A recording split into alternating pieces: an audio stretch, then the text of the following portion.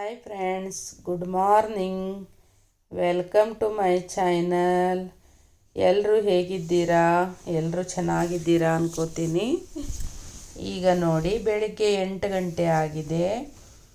ಎಲ್ಲ ರಂಗೋಲಿ ಎಲ್ಲ ಹಾಕ್ಕೊಂಡು ಒಳಗಡೆ ಬಂದೆ. ಈಗ ಚಹಾ ಮಾಡಬೇಕು ಅಂತ ಒಳಗಡೆ ಬಂದಿದ್ದೀನಿ.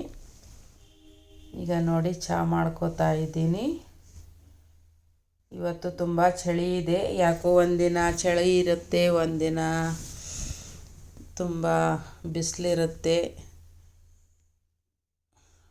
ಡೈಲಿ ಒಂದೊಂದು ಥರ ವಾತಾವರಣ ಇದೆ. ಇವತ್ತು ತುಂಬಾ ಚಳಿ ಇದೆ. ತಲೆ ಎಲ್ಲ ತುಂಬ ಭಾರ ಆಗ್ತಾ ಇದೆ ಚಳಿಗೆ. ಅದಕ್ಕೆ ಫಸ್ಟ್ ಚಹಾ ಕುಡಿದು ಆಮೇಲೆ ಬೇರೆ ಕೆಲಸ ಮಾಡ್ಕೋತೀನಿ. ಈಗ ಚಹಾ ಎಲ್ಲ ಕುಡಿದು ಆಮೇಲೆ ಸ್ವಲ್ಪ ವಾಕಿಂಗಿಗೆ ಹೋಗಿ ಬರಬೇಕು. ಈಗ ನೋಡಿ, ಸಕ್ಕರೆ ಚಹಾ ಪುಡಿ ಹಾಕೋತಾ ಇದ್ದೀನಿ ಚಹಾಕ್ಕೆ. ಯಾರೆಲ್ಲ ನನ್ನ ವಿಡಿಯೋ ನೋಡ್ತಾ ಇದ್ದೀರಾ, ದಯವಿಟ್ಟು ಸಬ್ಸ್ಕ್ರೈಬ್ ಮಾಡಿಕೊಂಡು ವಿಡಿಯೋನ ಪೂರ್ತಿಯಾಗಿ ನೋಡಿ. ಹಾಗೆ ಒಂದು ಲೈಕ್ ಕೊಡಿ. ನೀವು ಲೈಕ್ ಕೊಡೋದ್ರಿಂದ ನಮಗೂ ಮತ್ತೆ ವಿಡಿಯೋ ಹಾಕೋದಕ್ಕೆ ಒಂದು ಸ್ಫೂರ್ತಿ ಸಿಗುತ್ತೆ. ಮತ್ತು ಇಷ್ಟು ಲೈಕ್ ಬಂದಿದೆ ಅಂತ ನಮಗೂ ಖುಷಿ ಆಗುತ್ತೆ. ದಯವಿಟ್ಟು ಎಲ್ಲರೂ ಲೈಕ್ ಮಾಡಿ. ಹಾಗೆ ಹೊಸಬರು ಯಾರಾದರೂ ನೋಡಿದರೆ ಸಬ್ಸ್ಕ್ರೈಬ್ ಮಾಡಿಕೊಂಡು ವಿಡಿಯೋನ ಪೂರ್ತಿಯಾಗಿ ನೋಡಿ. ನಾನು ಕೂಡ ಎಲ್ಲ ಹೊಸಬರಿಗೆ ಸಪೋರ್ಟ್ ಮಾಡ್ತಾ ಇದ್ದೀನಿ. ಎಲ್ಲರ ವಿಡಿಯೋನೂ ನೋಡ್ತೀನಿ, ಹಾಗೆ ಸಬ್ಸ್ಕ್ರೈಬ್ ಮಾಡ್ಕೊಳ್ತೀನಿ. ನೀವು ಕೂಡ ಹೊಸಬರಿಗೆ ಎಲ್ಲರಿಗೂ ಸಬ್ಸ್ಕ್ರೈಬ್ ಮಾಡಿಕೊಂಡು ಅವರಿಗೆ ಸಪೋರ್ಟ್ ಮಾಡಿ. ಹೀಗೆ ಒಬ್ರಿಗೊಬ್ಬರು ಸಪೋರ್ಟ್ ಮಾಡೋದರಿಂದ ನಾವು ಕೂಡ ಚೆನ್ನಾಗಿ ಯೂಟ್ಯೂಬಲ್ಲಿ ಬೆಳಿಬಹುದು. ಸಪೋರ್ಟ್ ಮಾಡಲಿಲ್ಲ ಅಂದರೆ ಬೆಳೆಯೋದಕ್ಕೆ ಆಗೋದಿಲ್ಲ. ದಯವಿಟ್ಟು ಎಲ್ಲರೂ ಎಲ್ಲರನ್ನು ಬೆಳೆಸೋಣ, ನಾವು ಬೆಳೆಯೋಣ, ನೀವು ನಿಮ್ಮನ್ನು ಬೆಳೆಸೋಣ. ಎಲ್ಲರೂ ಈ ಥರ ಮಾಡಿದರೆ ಚೆನ್ನಾಗಿರುತ್ತೆ ನೋಡಿ. ಇಲ್ಲ ಅಂದರೆ ನಮಗೂ ಬೇಜಾರಾಗಿಬಿಡುತ್ತೆ. ವ್ಯೂಸೇ ಬರಲ್ಲ, ಸಬ್ಸ್ಕ್ರೈಬ್ನೂ ಆಗಲ್ಲ ಅಂತ ಹೇಳಿ ಮಾಡೋದಕ್ಕೆ ಮನಸ್ಸಾಗಲ್ಲ. ಒಬ್ರಿಗೊಬ್ಬರು ಬೆಳೆಸೋಣ, ಸಪೋರ್ಟ್ ಮಾಡೋಣ. ಈಗ ನೋಡಿ, ಚಹಾ ಕುದೀತಾ ಇದೆ. ಹಾಗೆ ವಾಕಿಂಗಿಗೆ ಹೋಗಬೇಕು.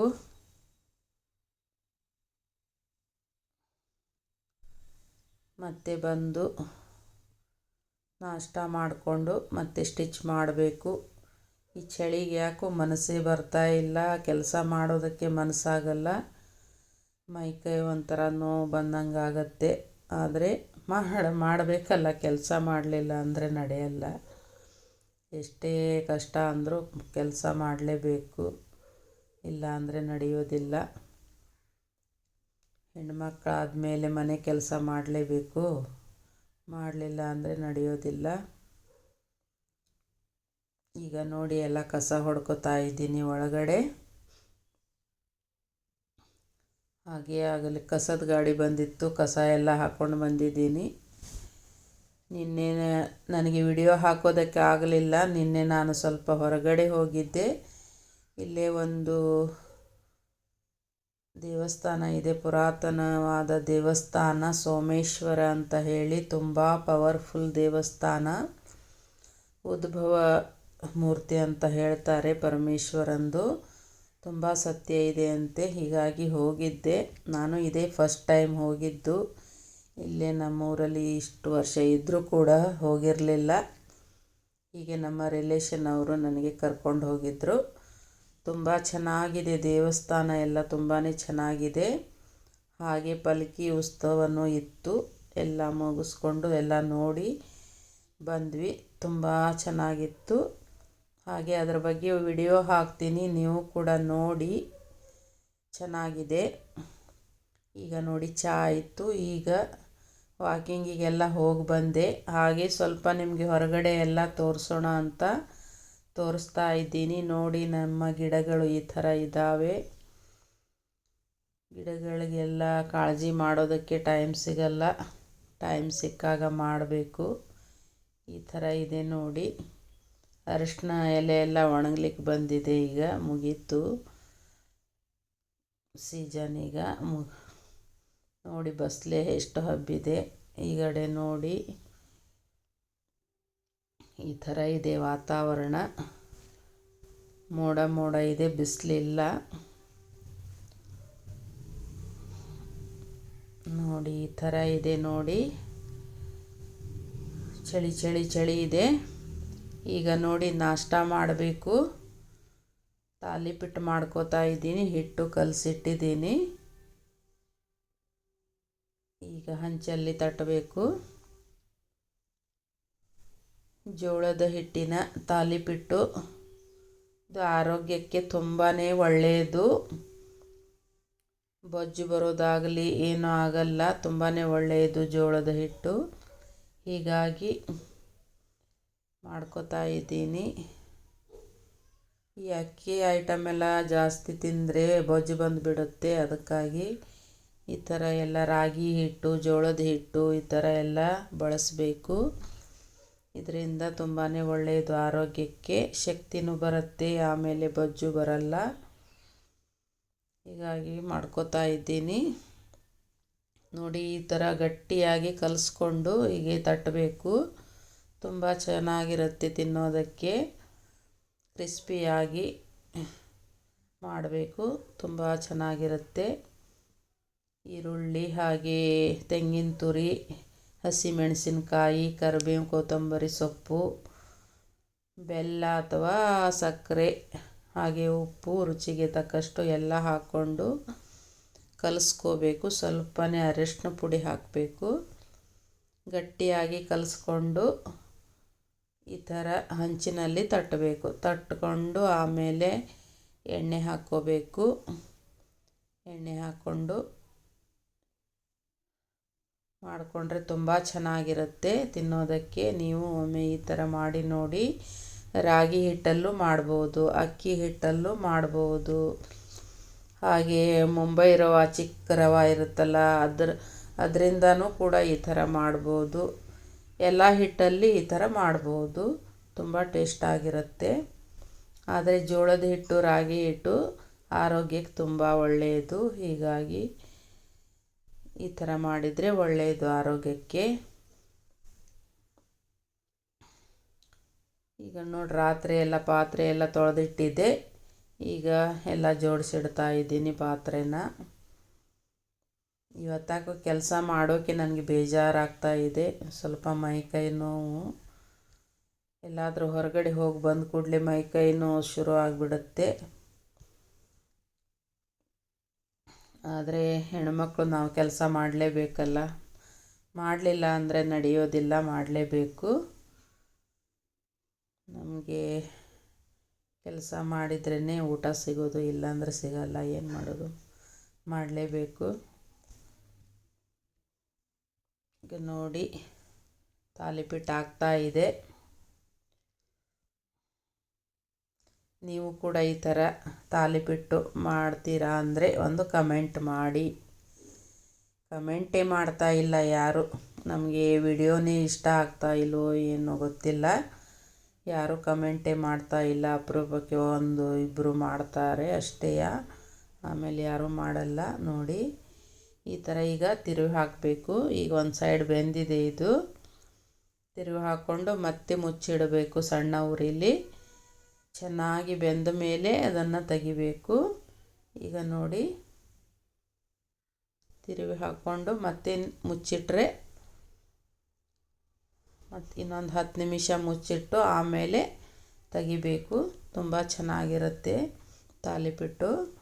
ನೀವು ಮಾಡಲಿಲ್ಲ ಅಂದರೆ ಒಮ್ಮೆ ಮಾಡಿ ನೋಡಿ. ಯಾವುದೇ ಹಿಟ್ಟಾಗಲಿ ನಡೆಯುತ್ತೆ, ಯಾವ ಹಿಟ್ಟಿದ್ರೂ ಮಾಡ್ಬೋದು. ಈ ಥರ ಮಾಡ್ಬೋದು. ಹಿಟ್ಟು ತೆಳ್ಳಗೆ ಕಲಿಸ್ಕೊಂಡ್ರೆ ಅಷ್ಟು ಚೆನ್ನಾಗಿ ಬರಲ್ಲ. ಈ ಥರ ಗಟ್ಟಿಯಾಗಿ ಕಲಿಸ್ಕೊಂಡ್ರೆ ತುಂಬ ಚೆನ್ನಾಗಿ ಬರುತ್ತೆ. ಈಗ ನೋಡಿ ತೆಗಿತಾ ಇದ್ದೀನಿ. ಈಗ ಆಗಿದೆ ಇದು. ಈಗ ತೆಗೆದು ಇನ್ನೊಂದು ಹಾಕೋತಾ ಇದ್ದೀನಿ.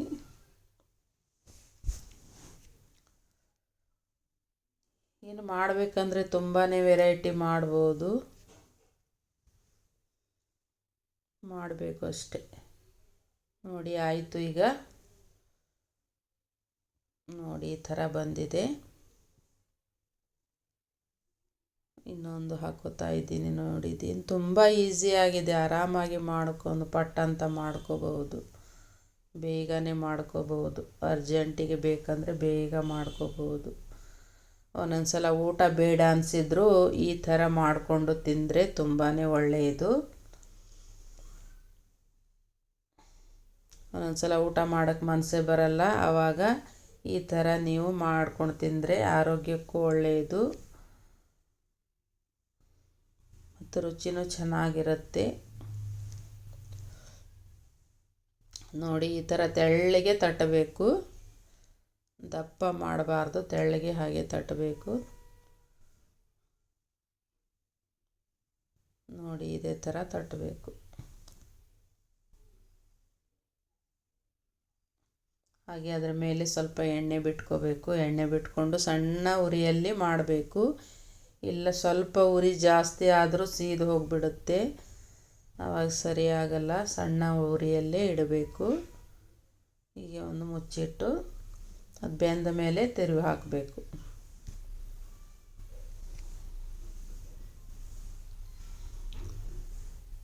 ಈಗ ನೋಡಿ ಮತ್ತೆ ನಾಷ್ಟ ಮಾಡಿಕೊಂಡು ಸ್ಟಿಚ್ ಮಾಡಬೇಕು. ಫಾಲ್ಸ್ ಹೆಮ್ಮಿಂಗ್ ಮಾಡೋದಿದೆ, ಮಾಡಬೇಕು.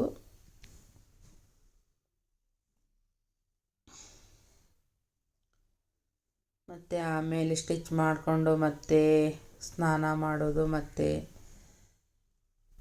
ಪೂಜೆ ಮಾಡೋದು, ಬಟ್ಟೆ ಒಗೆಯೋದು, ಮತ್ತು ಅಡುಗೆ ಮಾಡೋದು. ಇದೇ ಕೆಲಸ ನೋಡಿ, ಡೈಲಿ ಹೆಣ್ಮಕ್ಳ ಕೆಲಸನೇ ಇದು. ಅದು ಬಿಟ್ಟರೆ ಬೇರೆ ಕೆಲಸ ಇಲ್ಲ, ಡೈಲಿ ಮಾಡಿದ್ದೇ ಮಾಡೋದು. ಅಲ್ಲಿ ಕ್ಲೀನ್ ಮಾಡೋದು, ಇಲ್ಲಿ ಕ್ಲೀನ್ ಮಾಡೋದು ಇದೇ ಆಗತ್ತೆ ನೋಡಿ. ಈಗ ನೋಡಿ ಬರ್ಶಂಕಟ್ಟೆ ಎಲ್ಲ ಒರೆಸ್ಕೊತಾ ಇದ್ದೀನಿ.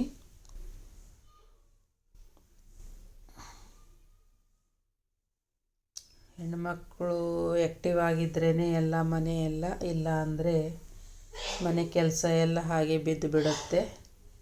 ಒಂದಿನ ಆರಾಮಿಲ್ಲಂದರೂ ಕೆಲಸ ಎಲ್ಲ ಹಾಗೆ ಬಿದ್ದು ಬಿಡುತ್ತೆ. ಹೆಣ್ಮಕ್ಳ ಜೀವನನೇ ಇಷ್ಟು ನೋಡಿ. ಒಂದಿನ ಆರಾಮಿಲ್ಲಂದರೂ ಅವರಿಗೆ ರೆಸ್ಟ್ ಮಾಡೋದಕ್ಕಾಗಲ್ಲ, ಮನೆ ಕೆಲಸ ಅವರಿಗೆ ರೆಸ್ಟ್ ಮಾಡೋದಕ್ಕೂ ಬಿಡಲ್ಲ. ಏನು ಮಾಡೋದು, ಆ ಕೆಲಸ ಇಟ್ಕೊಂಡು ಮಲ್ಕೊಳ್ಳೋದಕ್ಕೂ ಆಗಲ್ಲ, ಕೆಲಸ ಮಾಡಲೇಬೇಕು. ಎಷ್ಟೇ ನಮಗೆ ಆರೋಗ್ಯ ಕೆಟ್ಟರೂ ನಾವು ಕೆಲಸ ಮಾಡಲೇಬೇಕಾಗತ್ತೆ, ಏನೂ ಮಾಡೋಕ್ಕಾಗಲ್ಲ. ಈಗ ನೋಡಿ ಆಯಿತು, ನಾಷ್ಟ ಮಾಡಿ ಸ್ಟಿಚ್ ಮಾಡಬೇಕು. ನೋಡಿ ಬಂದು ಈಗ ಎಲ್ಲ ನಾಷ್ಟ ಮುಗಿಸ್ಕೊಂಡು ಸ್ಟಿಚ್ ಮಾಡೋದಕ್ಕೆ ಕೂತಿದ್ದೀನಿ. ಫಾಲ್ಸ್ ಹೆಮ್ಮಿಂಗ್ ಮಾಡೋದಿತ್ತು, ಹೆಮ್ಮಿಂಗ್ ಮಾಡ್ತಾ ಇದ್ದೀನಿ ನೋಡಿ.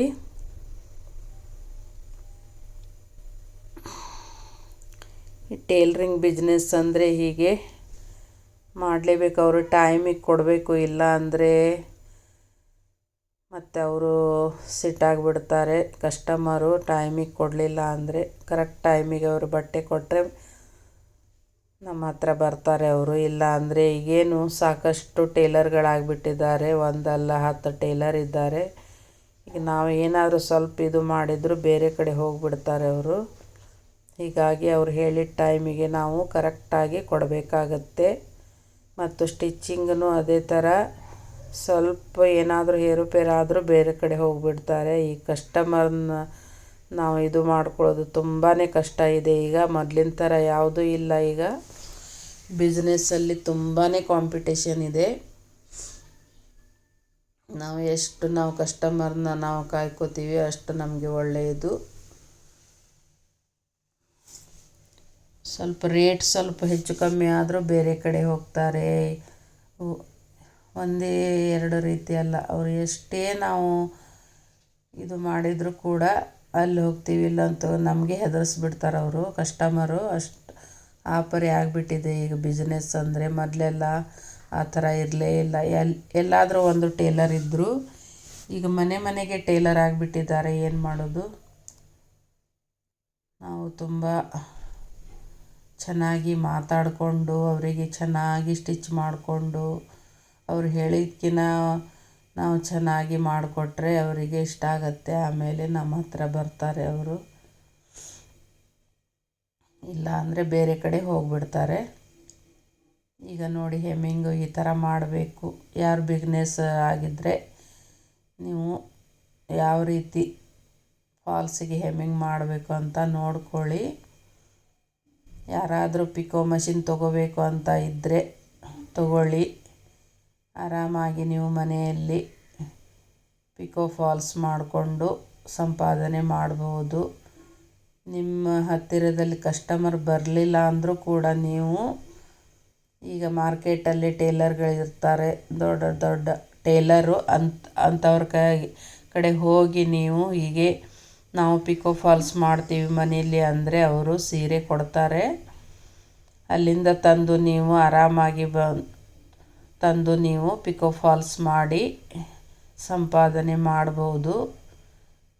ಪಿಕೋ ಮಷಿನ್ ತಗೊಳ್ಳಿ, ತುಂಬ ಈಸಿಯಾಗಿದೆ ಪಿಕೋ ಮಾಡೋದು, ಅದೇನು ಕಷ್ಟ ಇಲ್ಲ.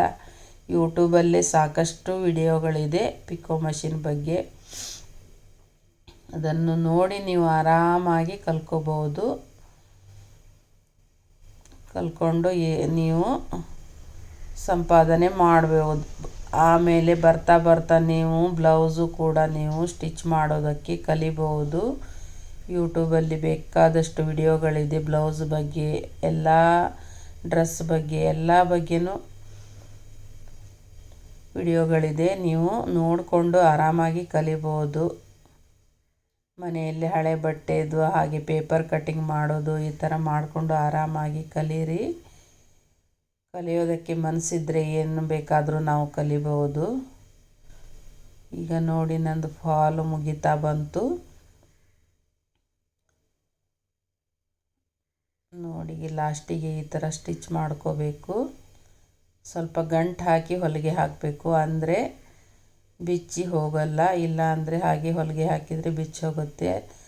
ಮಧ್ಯದಲ್ಲಿ ಒಂದೊಂದು ಗಂಟು ಹೊಲಿಗೆ ಹಾಕ್ಕೋಬೇಕು. ನೋಡಿ ಈ ಥರ ಹಾಕ್ಕೋಬೇಕು.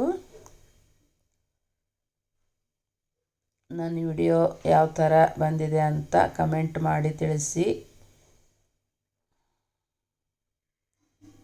ಒಂದೊಂದು ಸಲ ವಿಡಿಯೋ ಹಾಕೋದಕ್ಕೆ ಟೈಮೇ ಸಿಗಲ್ಲ, ನಮ್ಮ ಕೆಲಸದಲ್ಲಿ ಟೈಮ್ ಸಿಗೋದೇ ಇಲ್ಲ. ಅದರಲ್ಲಿ ಟೈಮ್ ಮಾಡಿಕೊಂಡು ಹಾಕಬೇಕಾಗತ್ತೆ. ಎಲ್ಲರೂ ನಮಗೆ ಸಪೋರ್ಟ್ ಮಾಡಿ. ನೋಡಿ ಈ ಥರ ಬಂದಿದೆ. ಮತ್ತೆ ಸಿಗೋಣ ಮುಂದಿನ ವಿಡಿಯೋ.